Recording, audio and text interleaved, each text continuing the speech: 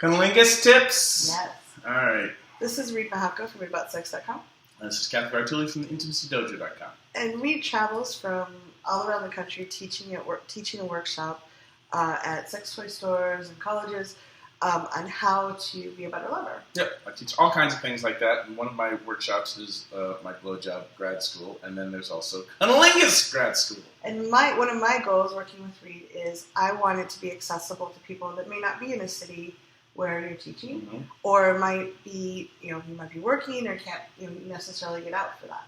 So I love his information. I think it's amazing. So we're gonna throw some tips. What are your 3 top tips for giving good cunnilingus? For giving good cunnilingus, going down on vulvas and vaginas. So the first tip is really kind of an uber tip, which is slow down, because the biggest mistake people are making is they're going too hard, too fast, too soon.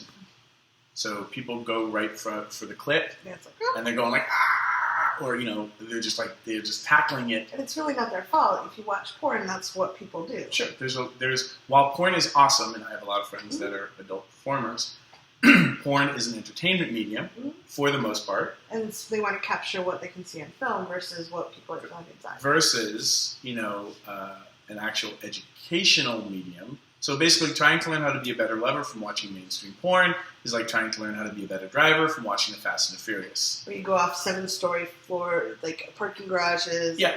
We know we're not supposed to be picking up driving cues from The Fast and the Furious, but we're not taught that we're not supposed to be picking up driving cues from porn. And so what happens is a lot of people go too hard too soon, and they go too fast when they're playing with vulvas and vaginas. And that big tip of just slow everything down, go softer, take more time, explore, that alone will change your cunnilingus technique tremendously, because what it gives the vulva owner is time to get in their body and for everything to come online.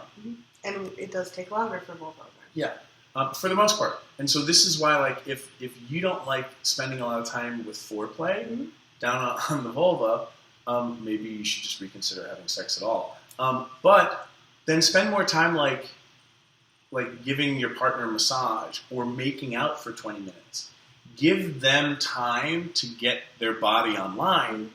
And then, if you really want bonus points, spend more time eating them out and going slow and building everything up, which leads to my second tip, which is using pressure and your body weight and giving people a chance as their body comes online to kind of push and pull and tug. Because now, this has always been the case, but it's more popular now because it gets talked about more. Like for my Doctor Who fans, my Whovians, the vulva is like a TARDIS. It's bigger on the inside. The clit is the tip of the iceberg of erectile tissue that's going on underneath.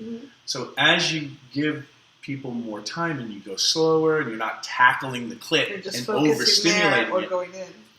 let the body come online and all that erectile tissue starts to become engorged. The feel-good nerves start to feel more.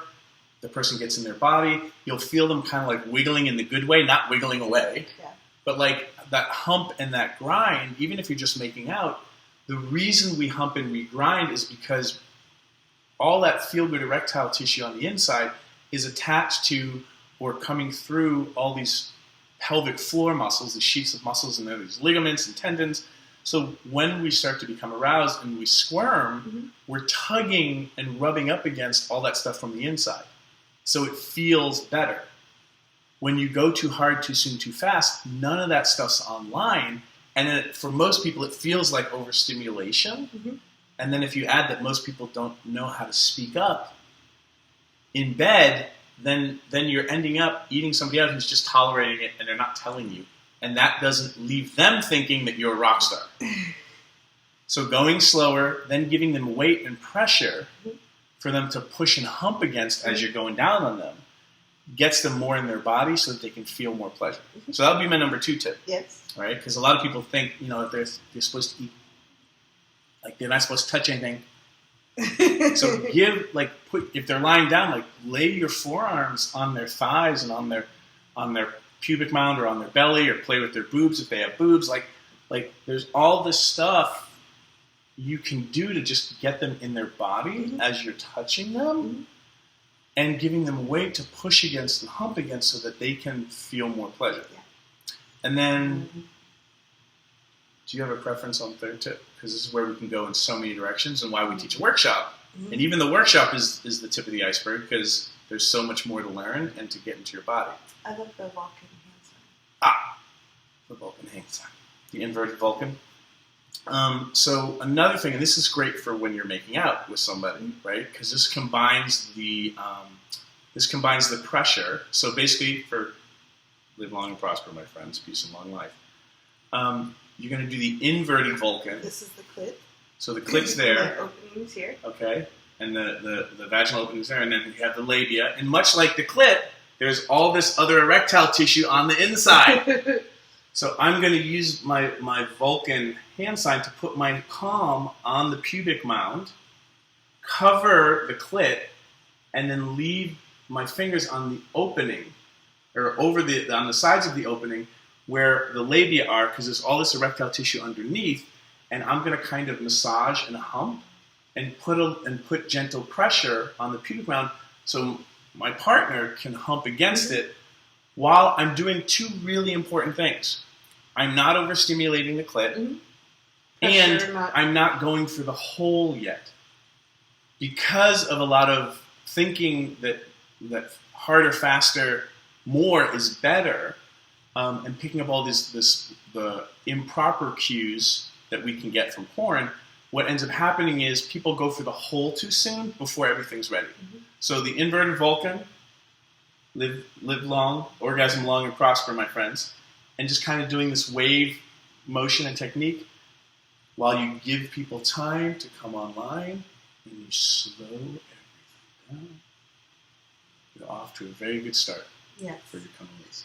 So if we hope this helped, and if you are interested in Reid's program, your Cunnilingus Grad School, and want to learn more, there's a link down below, and you can find out more there because he does amazing work, and I think all the people that you're lovers with would be really delighted.